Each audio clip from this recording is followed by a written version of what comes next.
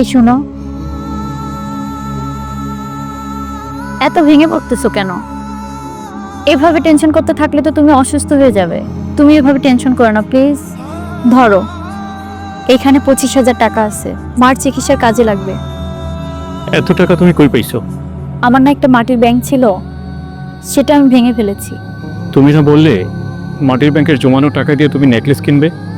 আরে রাখো তো তোমার নেকলেস। মা ভালো থাকলে এরকম নেকলেস আমি অনেক কিনতে পারবো। সত্যি বলছি,